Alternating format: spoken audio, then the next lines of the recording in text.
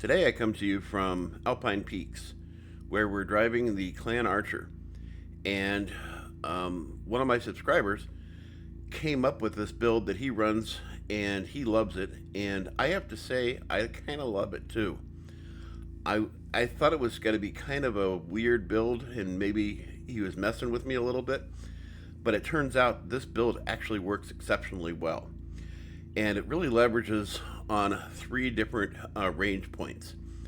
You have a PPC, and you have ER mediums out on the arms, and then you have 2 LRM-20s with Artemis, and 2 LRM-5s with Artemis, of course, and here they are.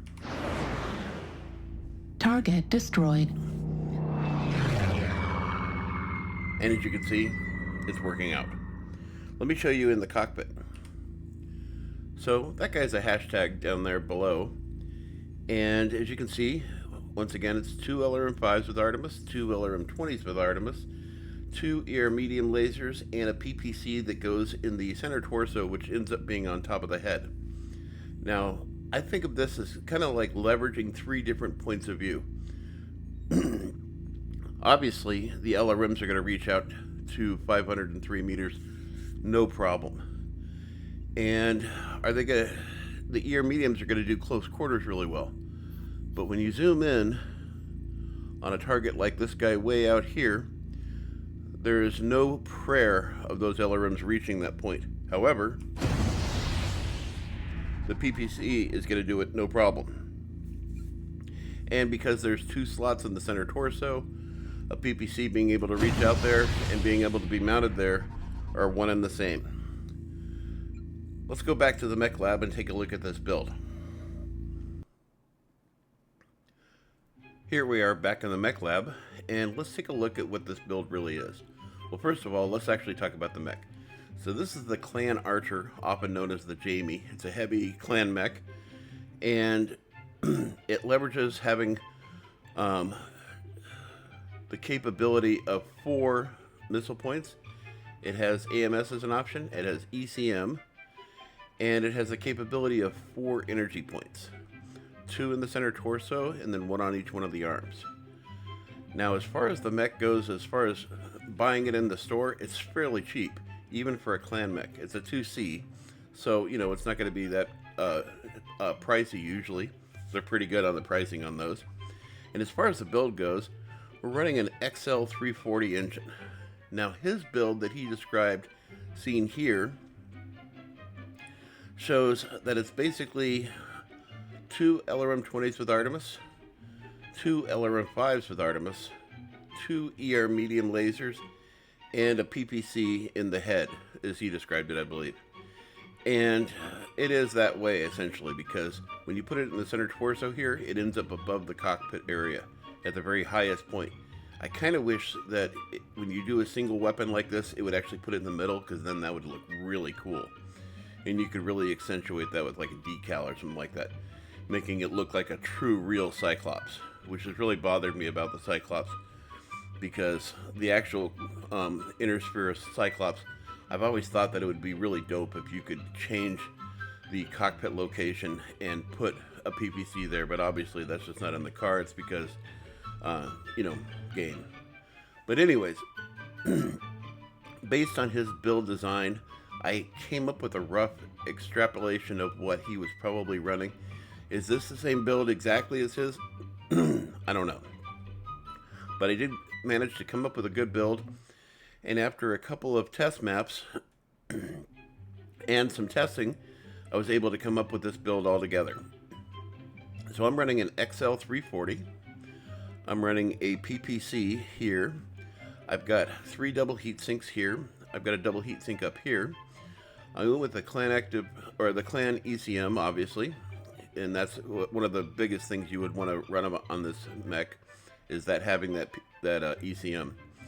And then I went with 2 LRM-20s with Artemis, and 2 LRM-5s with Artemis. Now, as far as the placement of these, I don't think it's going to matter much. It's not going to be like, you know, you're running a Timberwolf or a Mad Cat or anything. I don't think there's going to be any benefit of having it this way or that way or the other way. And then I'm running 2 ER medium lasers out on the arms, 1 on each arm. As far as ammo goes, I feel like it's kind of light. We're running 5.5 tons of ammo. And if you don't mind losing this extra double heatsink here, that would be a good option. I wanted the best possible heat management because I do have a PPC on board, which does do burst heat. And as you can see, it produces a lot of heat. Even the LRM-20 with Artemis only produces 6 heat. And the PPC, on the other hand, produces 13.5. So that is a huge difference, considering this only does 10 damage and this does 20 damage. And it's a tight spread with not a lot of splash, but there is splash, of course, obviously. Now, as far as this build goes, let's talk about the meat and potatoes. The heat management is sitting at 1.25, which is actually really good when you really think about it. Primarily, you're going to be firing the LRM-20s and the LRM-5s, and probably the PPC to do range amplification. And then when you get into tighter situations, you're going to be running the PPCs and the ER medium lasers. Now, if you consider in that light there, the heat management is actually really good. You don't want to be firing these LRM-15s in closer quarters because they're really not going to do very much damage. As you can see, the drop-off is very huge. So when you consider it in that light there for like close quarters battle, the heat management on this is stupid good. Sorry, I have a frog in my throat. So the firepower is given at 72, and that's a real number. You know, it's not like ATMs. And the speed is given at 78.7. Now, when we go down and look at the quirks of this monstrosity, missile cooldown of 10%, missile range of 10% plus, and then center torso on base armor, we're getting plus 22, and the left and right torso are getting plus 15, and boy, they make this so small. Left and right arm, we're getting plus 10, and left and right leg, we're getting plus 7. We're also getting ECM target range reduction of plus 27%. So all of that together is really going to make this a very effective build out on the battlefield. The skill tree is really going to make the really big leap in making this a much better build. Now, if I had to change anything about this setup, I think I would probably go down the rabbit hole of changing this out for 2 medium pulse lasers here and then 2 medium pulse lasers there, and then taking the leftover and putting that into ammo. I feel like it's going to have a little bit better heat management in that regard. And overall, if you're going to be chain firing these, so going one there and one there on one button and one here and one here on the other button, and then having the LRMs out on button 3, the way I would run it, 3-button configuration, I feel like it would have a little bit better heat management. But you'd be sacrificing having this massive range that this device can really reach out to. I mean, it has a standard range of 810 before you throw any skills on it. And then the maximum range, where it's probably doing close to 1 damage or less, is all the way out to 1600 meters. 1620 it says, but 1600 meters is what I think about. I never like to think about maximum range, but if you can reach out to 1,000 meters and do some damage along with your LRMs, which are definitely reaching out to 1,000 meters, why not? So let's go into the skills tree and take a look at what else makes this really great. So when we come into the skills tree, initially I had 6 points into cooldown, and I decided to put those into heat management and also into target decay, because these are LRMs and target decay is a big benefit on the skill tree. It's a huge difference, but to me it's the difference between doing 300 damage and doing like 550. That's what it really comes down to for me. So it's like, to me it's definitely a damage amplifier.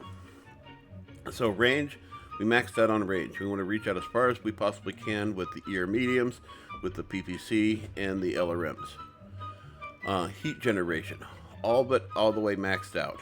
Just want to be able to have that security blanket of having really good heat management all throughout. Missile rack, absolutely. More ammo. It's already kind of light on ammo in my opinion. Missile spread, tighter cluster. High explosive. Just think of it as better chances of doing critical damage. Survival. Skeletal density, armor hardening, reinforced casing on all my builds is pretty much always maxed out. There's a couple exceptions, but they're really small. And I don't drive those mechs that often. Overheat damage. 2 points in overheat damage because the odds of getting into overheat at 1.25 is really high, in my opinion.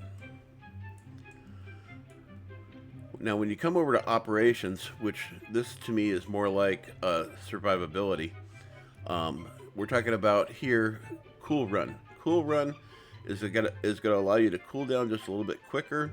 This is going to give you a higher threshold of heat. Target decay. I already talked about that. It's just a no-brainer to me. If you're running an LRM boat or a Thunderbolt build or an Arrow build, this is a no-brainer. Thunderbolts, definitely a benefit. Arrows, 50-50, but LRMs, absolutely. And if you're doing an ATM build, ATMs don't have very good indirect fire. They do have a little bit of indirect fire, but they're not going to go up and over targets very well. And this does have ECM on board, so you definitely want to do the ECM amplifier here. It's basically going to give you better ECM protection than the standard setup. And then I went with 2 cool shots and an artillery strike. It's kind of a no-brainer, honestly. With a build this hot, 1.25 is not incredible. So you want to consider those kinds of things when you're taking a build out onto the battlefield. So 2 cool shots and an artillery strike. And what about this paint job? Wow, yeah. But yeah, having this up here, basically if you can see it, you can shoot it. Because you got to remember the cockpit on this mech is way down here. So the best thing about this is that most of your weapons, your main platform weapons for range, are up high. So if you can see it, you can shoot it. Within, range quirks as well. But this is overall a really great mech to drive out on the battlefield, and one of my favorite things, honestly, I know it's stupid, is the fact that it does have these little doors that open and close. I love that. I wish more clan mechs had that, but they don't. It's an inner spear kind of thing, and maybe it's outdated or obsolete, but I think the Mad Dog and the Sun Spider would really benefit from having doors that opened and closed. They could do them in some really kind of cool way, like where maybe they, on the Sun Spider, they open up as fingers or something, like 5 fingers that open or 4 fingers, sections that open up, kind of like a blast door kind of thing. I don't know. Anyway, I hope you like the matches coming up, and the first match you're going to see is the OEM build, and then the one after that you're going to see is going to be the Unskilled version of this build out on the battlefield, and then you're going to see where I finally got it mastered, and this is all in the course of one evening. Stellar.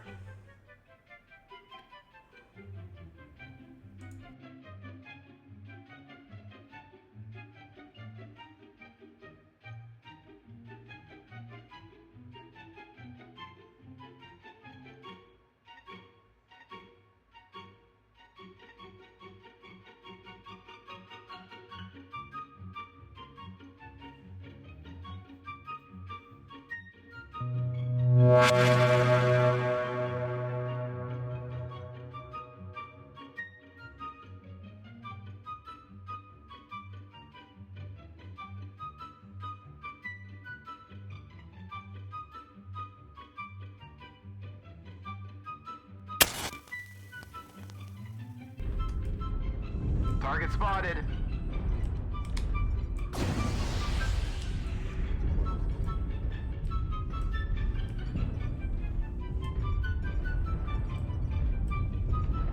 New target acquired.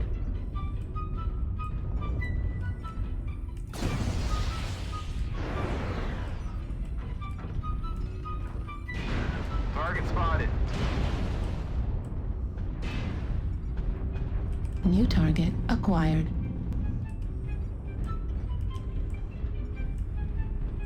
Target spotted. We got a guy over here in the basement at Delta 3. Target spotted.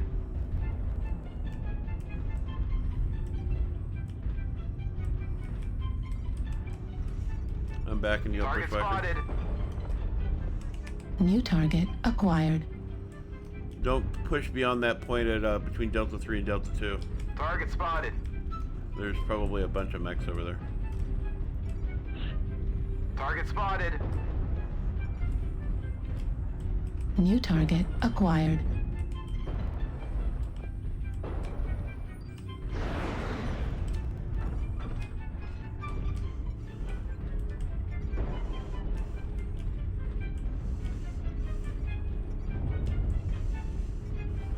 Target spotted. New target acquired.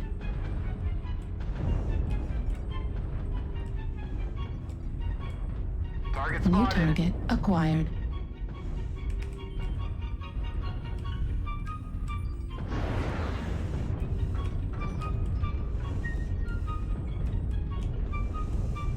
New target acquired. Target spotted. Heat level critical. We have a stealth flea near Echo Target Port. spotted. Target destroyed. Target acquired. Heat level Target critical. spotted.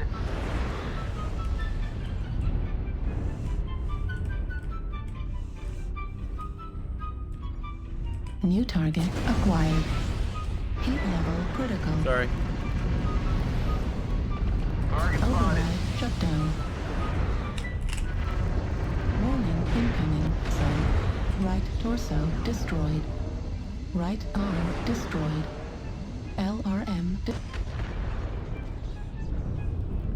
As soon as I lost my right torso, I was like, I better shut down. It was already too late, though.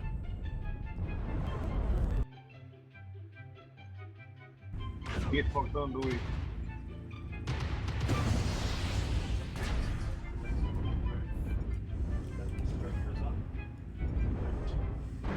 Target spotted.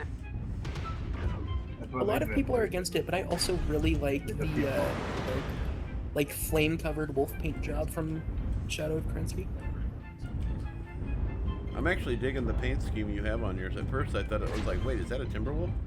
Then you turn Nope, sideways, it's and I was like, okay, it's the Hellbringer. I have the I Hyatt. thought it one. Target acquired. I have the This Hyatt configuration Hellbringer, is- and I love that thing. You have the which one? The Hyatt H-A-I-G-H-T. Is that the It's the one with Legend the 6 Mech missile version? points. one with the what? Yeah, it's got 6 missile points on it. I did 6 ATM-3s and 6 micropulse. Target destroyed. Is that the one that has the left arm that has the 3 laser points as well? Yeah, Or maybe it's the right arm? yeah. That one's a lot of No, I fun. have that one too. Honestly, I like the default loadout based on the way I've looked. Target acquired. And it really is just a mine style type of thing. I don't necessarily like the most meta builds. So I have the Bounty Hunter, which is also a Timberwolf, or is Oh, a yeah, Timberwolf. I have both Bounty Hunter Timberwolf types. Yeah, and so it's got the 6 missile points on it, right? Mm-hmm. So whenever I run it as a brawler build, you know, I just do 6S or M6s with Artemis on it, and you know, then 2 flamers, and then have a good time. But Target destroyed. when I drive it otherwise, I have you know, 6 ATM-3s on it. Anyway, so I have the mech built, and I haven't changed anything about it. No Omnipod changes whatsoever. I was looking at my Timberwolf D last night, and it showed that I could put the Bounty Hunter left and right torsos on that mech. Yeah, they released those for C-Bills recently, so the Omnipod sets came in as well. Yeah, that's There's a cool. queue at So Sigma. I can build It's nice that they did that potentially instead of more just of those. gatekeeping those behind MC or Cash. It was really nice that they did that. there. Do not let them push ahead. Target acquired. Start. Keep holding the resource points, warriors. Let's go find out. Yeah, I honestly keep my Bounty Hunter the same, except I strip out the large pulse laser for a PPC, so in close I can counter ECM and keep firing your streaks. I mean,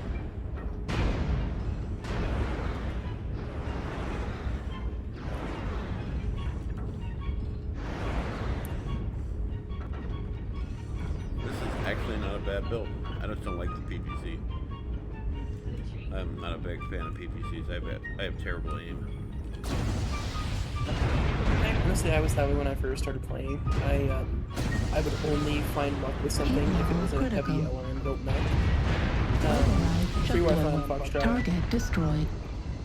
I just got way too hot. Yeah, I'd only have luck with heavy LRM mechs, but then I got better and better and learned not to use super high DBI on my mouse and keep my torso twist rates kind of low. I've always sucked at And just PPCs. keep default Ballistics, settings no and problem. then use the... Go ahead. Oh, ballistics, no problem. PPCs, problems. Fair enough. Ballistics is funny too, because you have to account for bullet drop. Yeah, I do just fine with those. I've got a number of ballistic builds, including my Axum that I run 8 LB2s on. Tire Wolf is Sigma.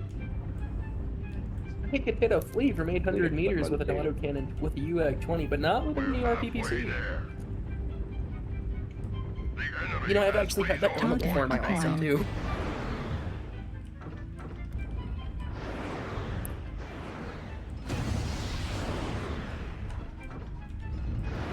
The Indigo is Central fresh. torso critical damage.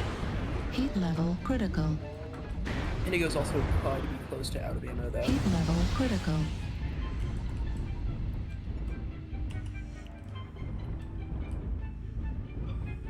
enemy UAV Our above foes are halfway to victory. Target destroyed. I got a KMDD out of the deal. I'm not so upset about that. Target acquired. KMDDs are a really nice way of rewarding players who did all the damage only for someone to come in and take the close shot. I think they should respec the Ace of Spades so that you have to have 8 solo kills in order for it to count. Target spotted. Because killing blows is Target really destroyed. superficial. Now, killing blows, it's hard to get 8 killing blows in a match though, to be honest. Yeah, that's true, but what is a killing blow? It's the last feather that was put on the edge of the car that made the car slide off the cliff. We have taken Sigma. I think it should be Predominantly kills for people- KMDDs.